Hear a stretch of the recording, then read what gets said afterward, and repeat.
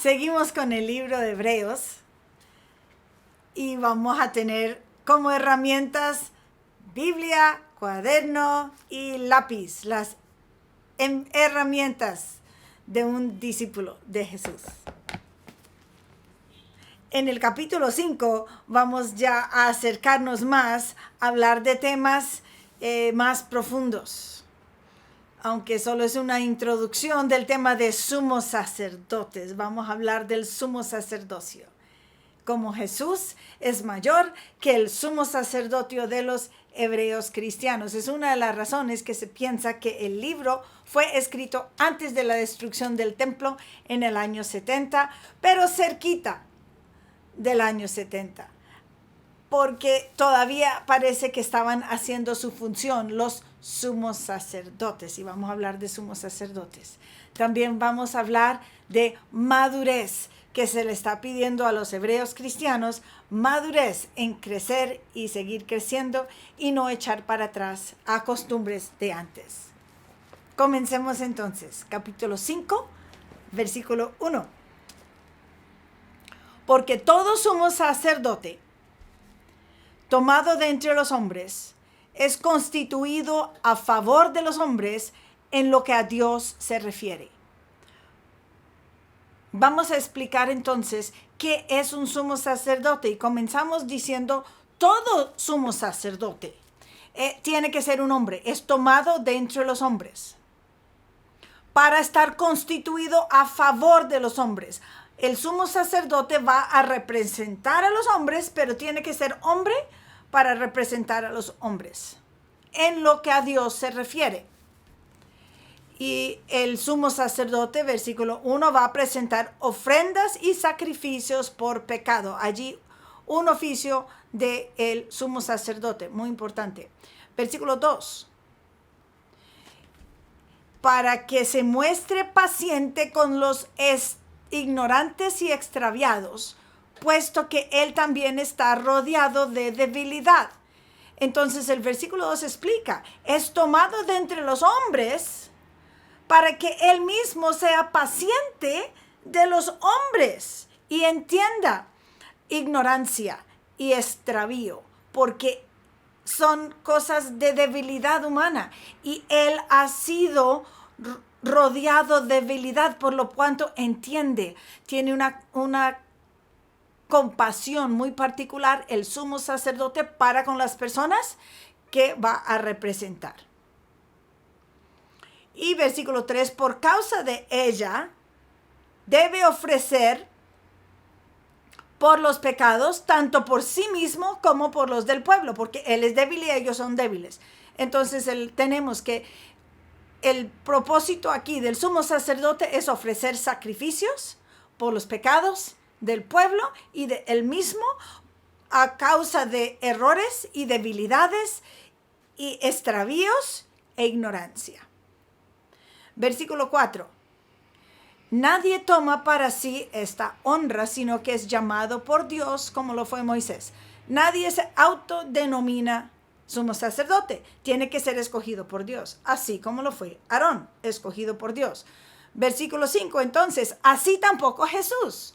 El Viejo Testamento, recordemos que fue sombra para lo venidero. Y así como Aarón fue sumo sacerdote, así Jesús, como sumo sacerdote, tiene que cumplir los mismos requerimientos. Jesús no se glorificó, versículo 5, a sí mismo llamándose sumo sacerdote, sino el que le dijo, tú eres mi hijo y a ti he engendrado hoy. O sea, Dios Padre dijo, Jesús, usted va a ser sumo sacerdote. Versículo 6, también lo dice en otro lugar, tú eres sacerdote siempre según el orden de Melquisedec. Más adelante en el capítulo 7 vamos a ver el orden de Melquisedec. Es un linaje de sacerdocio distinto y más eterno que el linaje aquí de los levitas o de Aarón. Pero igual es sumo sacerdote según una familia, según un linaje, en cuanto a lo humano se refiere. Y Cristo, versículo 7, entonces, en los días de su carne, haciendo referencia de su oficio como sumo sacerdote, estaba ofreciendo ruegos y súplicas con gran clamor y lágrimas al que podría librar de la muerte, y fue oída a causa de su temor referente. Aquí vemos una de las funciones o las identidades muy puntuales de Jesús, el Salvador, como sumo sacerdote, ofreciendo ruegos y súplicas con clamor y lágrimas al que le podía librar de la muerte. Y fue oído. Recordemos, Jesús fue librado de la muerte y dice que clamó y ya lloró, así como un hombre clama y llora. Versículo 8, y aunque era hijo primogénito, por lo que padeció, aprendió obediencia. Él era Dios, pero no hizo igual a Dios como que aferrarse, sino que se apropió de que Dios lo llamó a ser hijo, hombre, sumo sacerdote para vivir la condición humana y para someterse. Nos dijo en el último capítulo que había sido tentado en todo, entiende, sintió las pasiones, tentado en todo, pero obedeció y fue oído porque aprendió obediencia. Hay que practicar la obediencia. Jesús, como ejemplo, aprendió obediencia. Versículo 9, y fue perfeccionado. Habiendo sido perfeccionado, vino a ser autor de salvación para todos los que le obedecen. Y fue declarado por Dios sumo sacerdote según el orden de Melquisedec. De modo que Jesús es Dios, fue Dios, pero se humilló, vivió, fue hombre, sintió temas de hombre, fue escogido como sumo sacerdote, y no solo porque era, sino porque también vivió. Con doble razón, tiene más derecho y más honra y más gloria de poder ser sumo sacerdote, de poder nosotros acercarnos a Él. Porque vino a ser autor de salvación, lo que fue, vino a llenarlo y a vivirlo para todos los que lo obedecen. Él no solo dijo, hágalo, sino dijo, mira, yo lo hago, yo lo obedecí. Ahora usted reciba salvación y obedezca como yo obedecí. Yo aprendí, ustedes aprendieron. Y fue declarado entonces así por Dios como el más alto sumo sacerdote según el orden de Melquisedec. Versículo 11. Acerca de esto, dice el autor de Hebreos: tengo mucho que decir, pero es difícil de explicar, porque os habéis hecho tardos para oír. Las cosas de Dios es difícil entenderlos si uno es tarde para oír, si uno es perezoso para obedecer. Ya lo hemos visto, no endurezcamos nuestro corazón cuando escuchamos. Ellos eran tardos para oír. Versículo 12, debiendo ya ser maestros, después de tanto tiempo, tiene necesidad que se os vuelva a enseñar cuáles son los primeros rudimentos de las palabras de Dios. Y habéis llegado a ser tales que tenéis necesidad de leche y no alimento sólido. Ahora, esto es una tristeza, porque personas que han tenido tanto de conocer, de caminar con el más alto nombre de Jesús aquí en la tierra, nos dio su nombre como hijos. Jesús nos habla, nos ayuda, nos da apellido con él. Dice que fuimos participantes y somos participantes. Dice que escuchamos voz.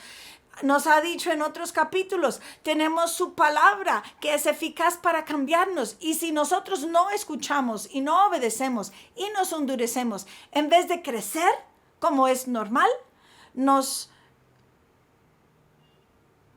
quedamos. Ellos se quedaron. Ya era hora para ser maestros. Es normal que uno nace y crece y crece y crece. No es normal que uno nace y se crece un poquito y luego eche para atrás y eche para atrás y eche para atrás. El Hijo de Dios es llamado a crecer y así caminar, lo que hablamos el capítulo pasado en el descanso. Ellos, después de tanto tiempo, versículo 12, tienen que volver a tomar leche, no alimento sólido. Una persona madura puede entender aquí estas cosas que son difíciles de explicar. No es que son difíciles de explicar, es que para el que no ha estado obedeciendo es difícil que penetre y entienda algo que debería de ser fácil si estamos caminando con Él siempre. Versículo 13. El que participa de la leche es inexperto en la palabra de justicia porque es niño. Dice el que participa de la leche, el que siempre tiene que seguir aprendiendo lo básico porque no lo está viviendo. Pero el alimento sólido es para los que han alcanzado madurez, para los que por el uso tienen los sentidos ejercitados en el discernimiento del bien y del mal. Entonces encontramos que personas que nacemos debemos crecer y seguir creciendo, no patraciar, no siempre seguir en los mismos conceptos, no vuelva a aprender lo básico. Debemos ser expertos, debemos ya ser capacitados de enseñar a otros lo que se nos ha enseñado. Y el versículo 14, mira la última frase otra vez, para que por el uso hay que practicar obediencia, hay que practicar el oído que escucha, hay que practicar leer la palabra y que penetre y obedecerla. Hay que acercarse a Dios para que Él se nos acerque. Y el que por el uso de esta obediencia tiene sus sentidos ejercitados para el discernimiento del bien y el mal.